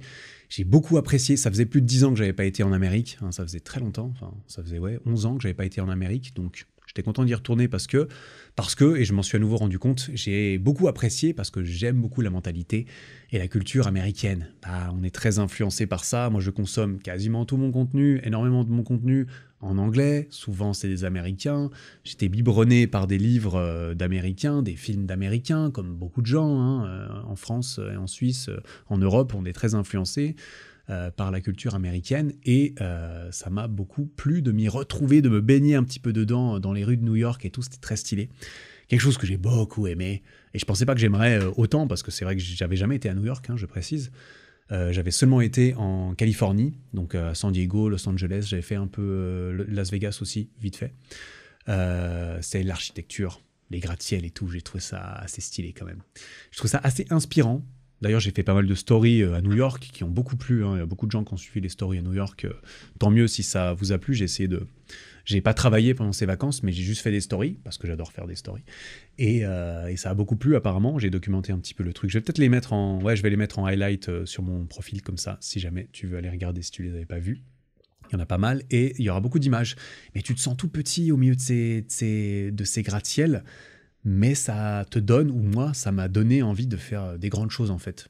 Je vois des trucs aussi grands, je me dis, waouh, ça donne envie. Aussi parce que moi, j'aime bien typiquement la modernité dans mon environnement de vie, dans mon appartement. Je préfère les appartements modernes, à l'intérieur en tout cas, hein, l'extérieur c'est autre chose, mais à l'intérieur, plutôt qu'un truc vieux avec des hauts plafonds et des arches et tout ça, tu vois. Donc je sais, j'ai vu d'ailleurs dans certaines de ces tours et tout que c'est des appartements hauts. Je me suis dit, ah ouais, putain, si j'habitais à New York, road to 81e étage, tu vois. Là, l'objectif, il est clair et net. Hein. Enfin, tu le vois, tu te dis, ah oui, quand même, tu peux monter. Tu peux monter là-haut, littéralement. Et ça, c'est pas mal la culture américaine. Alors, la culture américaine, le système américain, il vaut ce qu'il vaut. Il y a des choses qui sont bien mieux que le système français, à ma préférence, et il y a des choses qui sont bien moins bien. Mais à nouveau, chacun ses trucs. Mais c'est vrai qu'en Amérique, c'est un peu marche ou crève, tu vois. C'est un peu, démerde-toi, et si tu démerdes pas, on va te laisser crever. On va te laisser crever. Donc, dans une certaine mesure, moi, je préfère un petit peu ce qui pousse à la responsabilisation des gens. Mais bon, il y en a quand même, une fois qu'ils sont dans la merde, voilà. C'est peut-être dommage Enfin, il y a plein de couilles dans le système américain. Ne serait-ce que le système de la dette des étudiants ou le système de santé, il pue un peu la merde, il est un peu trop hardcore, je trouve. En gros, New York est une ville très chère. Ça coûte très cher là-bas. Si t'as de la thune, la vie doit être géniale. Si t'as pas de thune, ça doit être un enfer. Voilà, comme dans beaucoup de grandes villes. Là, c'était particulièrement cher quand même. Hein. C'était plus cher qu'en Suisse, la plupart des choses. Donc, il faut quand même un budget, il n'y a pas de doute. Même pour faire des trucs à peu près lambda, pour faire des trucs un peu plus, genre certains restos sympas, il faut claquer des thunes. Hein. On a fait un steakhouse qui était particulièrement bon. C'est pas incroyablement... Enfin, tout dépend tes points de référence, mais ça nous a quand même coûté... Surtout que là-bas, il y a la culture du pourboire et des taxes. Enfin bref, j'en ai parlé en story, mais c'est un peu casse-couille. Mais on était un peu moins de 300 balles. Alors que c'était une steakhouse, on n'était pas dans le haut de gamme de fou, hein. C'était très très quali, mais voilà, on faisait des brunchs, tout ce qu'il y a de plus normal, on prend 2 assiettes de café, il y en a pour 80 balles, tu vois, donc ça va vite. Par contre, je reconnais que dans ma vie et dans ma vision de la chose, le fait que ça soit très cher, et que ça soit une grande ville avec des grands gratte-ciel, ça m'a quand même donné envie. Je me suis dit, tiens, c'est vrai que c'est le genre d'environnement qui donne envie, déjà de cravacher, bien entendu, parce que c'est, surtout en Amérique, soit tu cravaches, soit soit tu sais comment tu vas finir, en fait. Ça donne envie d'élever ses standards à différents niveaux, ses standards de travail, ses standards personnels, ça donne envie de... Moi, ça m'a inspiré un peu à viser certains trucs, alors que j'étais là-bas. Si j'habitais là-bas, je saurais un peu plus ce que je viserais peut-être, tu vois. Est-ce que j'en ai besoin ou est-ce que je vais le faire ici? Pas nécessairement parce que je suis très bien dans ma vie ici en Suisse, dans mon appartement et tout. Je suis pas dans un gratte-ciel, voilà, c'est quand même sympa. C'est quand même sympa, là. Surtout la vie en Suisse, je vais pas mentir. Mais ça a donné envie de peser un peu et de monter les étages, franchement. J'aurais plus envie de viser le sommet du gratte-ciel si j'en avais autour de moi toute la journée, je pense. Donc c'est un peu l'effet grande ville, je pense, tu vois. Paris, par exemple, j'ai jamais été très fan de Paris. Je préfère New York à Paris. Dans le peu que j'en connais, parce que je préfère le côté immeuble moderne de New York plutôt que le côté vieil immeuble ancien, stylé, entre guillemets, d'un certain style de Paris. Paris, pour moi, il manque la culture, il manque les gratte-ciel. Non, je déconne, ce serait bizarre d'avoir des gratte-ciel à Paris, d'ailleurs, il y en a pas vraiment en Europe, des gratte-ciel. Mais j'avoue que... Et même, je me suis amusé avec ma copine lors d'un resto, on s'est amusé à se projeter. Tiens, est-ce qu'on pourrait vivre à New York ? Comment notre vie changerait si on vivait à New York ? Enfin, de toute façon, pour moi, c'était absolument impensable et je n'y aurais jamais songé. Parce que d'un point de vue professionnel, ça ne fait aucun sens. Ça ferait beaucoup plus de sens pour moi d'aller à Paris. Et si je devais déménager quelque part aujourd'hui, d'autant plus pour des raisons professionnelles, ce serait à Paris. Je ne vais pas déménager à Paris, ça c'est sûr, mais un petit pied-à-terre à Paris, ça serait pas désagréable, on va pas se mentir, surtout pour le côté network, et le côté business, et le côté réseau, et le côté... Paris est une ville qui te stimule aussi, je pense, à faire des grandes choses, et voilà, pour dire les choses, à te sortir les doigts, quelque part. Parce qu'il y a beaucoup de grandes choses, il y a des grands endroits, il y a des grandes entreprises, il y a des personnes très intelligentes, très douées, très créatives. Beaucoup des meilleurs de leur domaine sont dans des grandes villes comme cela, donc c'est vrai que je reconnais qu'il y a un vrai souffle de motivation et d'inspiration professionnelle dans ce genre de ville. Qui vient avec son lot de trucs qui me plaisent beaucoup moins, comme par exemple, écoute, il y a pas la nature, c'est limité. Pour aller nager dans la nature, pour aller faire du vélo, pour aller courir dehors, c'est un peu moins sympa. C'est même beaucoup moins sympa. C'est une des grandes choses qui me plaît pas du tout dans l'idée de vivre dans une grande ville.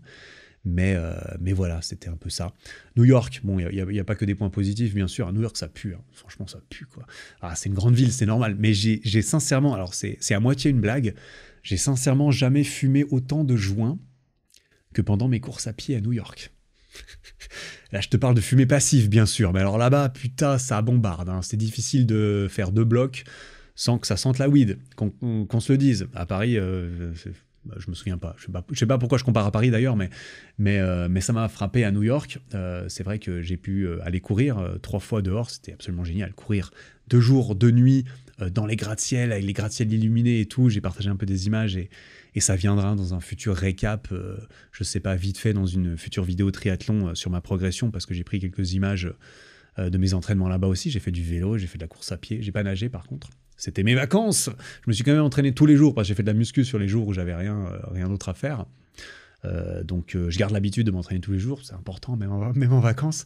Mais c'était, voilà, c'est quand même pollué et puis c'est c'est pas méga propre hein, non plus. Mais bon, la bouffe était folle, franchement, la bouffe géniale. Mais bon, New York, tu trouves absolument tout, les meilleurs trucs, sûrement les pires trucs aussi. Mais le standard moyen est quand même très bien, très varié, très sympa. Plein d'activités sympas qu'on a beaucoup appréciées. On a été voir une comédie musicale. J'ai adoré la comédie musicale. C'était la première fois que j'allais en voir une. C'était The Book of Mormon, le book de Mormon qu'on a été voir. C'est très drôle, très comédie musicale. Donc la musique était géniale, l'humour était très cool, les décors qui bougent tous ensemble, qui se déplacent. C'était trop stylé. Les mecs sont trop forts. Sérieux, comment ils jouent et ils chantent en même temps et boy, c'est balèze, franchement c'est balèze. J'ai trouvé ça t'envoie des putains d'étoiles dans les yeux. Voilà, moi c'est quelque chose que j'ai jamais fait. Je ne vais pas vraiment au théâtre ou à l'opéra, tu vois. Il n'y a pas beaucoup de théâtre. Enfin, si, j'habite pas dans la campagne, on va pas se mentir. J'habite à Lausanne, c'est pas une énorme ville suisse, mais on est loin d'une capitale européenne ou même américaine. Donc ça c'était génial. On a été voir l'Empire State Building, on a fait le Brooklyn Bridge. On a fait un tour à Manhattan dans des vélos qu'on a pu louer. C'était très très cool. On a fait Central Park. Voilà, c'est un énorme parc au centre de New York. C'est le seul endroit où tu peux, de façon assez agréable, faire un peu de vélo. Bon, le vélo tu peux, mais quand même. Tu peux pas faire 150 km non plus, tu vois. Et la course à pied, très sympa. Beaucoup de gens qui courent là-bas. Il y a des gens qui s'entraînent. Il y a des petites barres de traction vite fait. J'ai cherché des bonnes barres de traction là-bas, mais il n'y en avait pas. Il y avait que 2. Je suis vite tombé sur 2 barres un peu pourraves. Bon, dommage, j'ai sûrement pas su où chercher. Les énormes sapins de Noël au-dessus de la patinoire au Rockefeller Center, c'était très sympa parce que du coup, c'était la période un peu Noël, même s'il n'y a pas du tout eu de neige. Le shopping démesurément accessible et qui donne envie, hein, je vais pas mentir, tout comme cette ville, surtout, moi ça m'a donné envie de m'acheter des vêtements plus stylés. Je me suis acheté des vêtements plus stylés, c'est quelque chose que j'ai en tête. D'ailleurs, on rejoint une des questions que j'avais reçues qui était qu'est-ce que tu penses de l'élégance masculine ou un truc du genre. Alors, je sais pas si je rate quelque chose de particulier qui est associé à ce terme, mais ce qui est sûr, c'est que j'ai de plus en plus envie, et ça m'a aussi donné envie dans une ville comme New York, d'avoir pas d'en avoir des millions, mais avoir quelques belles pièces, si je puis me permettre d'utiliser ce langage. Ça me donne plutôt envie, donc c'est vrai que là, j'ai réussi à trouver des chemises, oh putain, banger, incroyable, hein. Trouver des chemises qui me vont, c'est vraiment un truc de fou. Elles m'allaient plus ou moins bien, elles m'allaient plutôt bien, pour dire qu'elles n'ont pas été faites sur mesure, ce qui s'est toujours avéré très difficile pour moi, si elles ne sont pas faites sur mesure, pour avoir un truc très large aux épaules, mais pas très large au niveau du bide. On n'est pas dans la norme. Je ne suis pas inclus, en fait. Je ne suis pas la mode n'est pas assez inclusive à ce niveau-là.